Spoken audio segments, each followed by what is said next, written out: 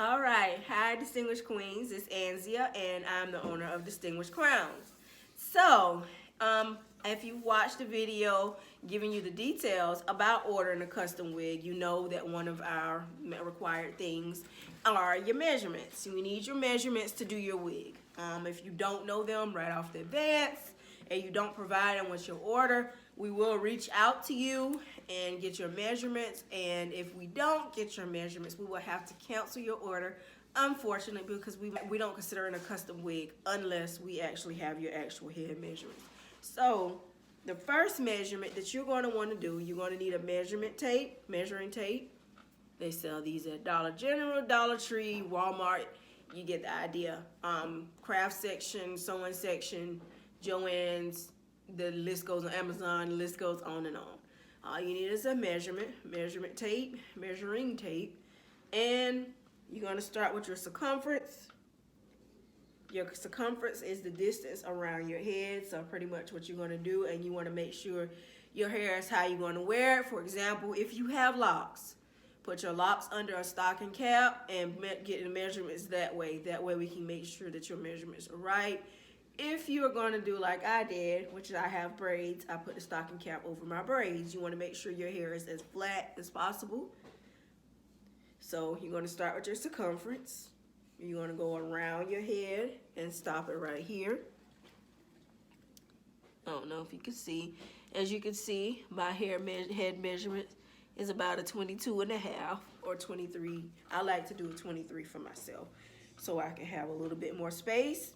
So what you would do is you would go in like that, and do a drop down and choose your measurements.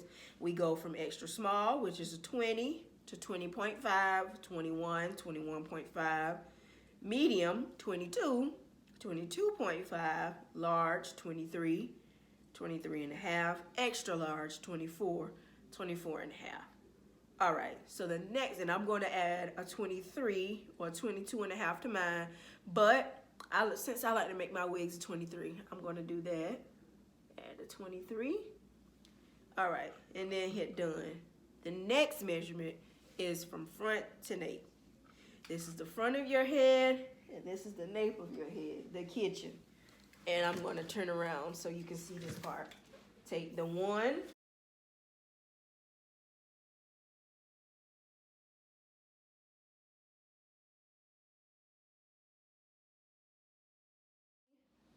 And my measurements for my forehead to nape. For ear to ear, it says across the forehead. So that's going to be from my left ear to my right ear, but I'm going across my forehead. So start it right here. It's important that it's right above your ear. I'm going across my forehead and right here. All right, so where my finger ends is what's going to be my measurement.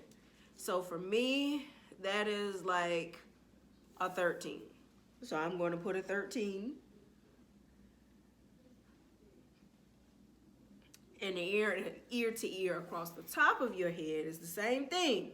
But in the first time we went across here, now we're going to go across the top of your head. So rest this right above your ear. Don't put it on your ear unless you want your wig on your ear. And I got to tell you, that is not comfortable. So go rest it on this ear and go across to this ear and hold it just above. So for me, that is like 12 and a half. So I'm going to put 12 and a half in my measurements. So 12.5, 12.5 will let me know. If you want to into eighths and quarters and things like that, I can do that too. All right, so 12.5. So temple to temple around the back, and I just realized I typed that wrong. All right, so temple to temple around the back. These are your temples. This is pretty much your placement for your elastic band. All right, so this is my left temple. I'm going to go from here around the back of my head to my right temple. You get it? Temple to temple around the back. All right, and for me, that is just about 15 or 14 and a half, I'll say. And then nape to nape. nape to nape. The kitchen. You see my kitchen? Hope you can see it. My kitchen. And it's from the left to the right. And my thumb stopped at 4. So once you do that, you add it. I recommend you do it as you go along. That way you won't lose track of your measurements and they'll already be there.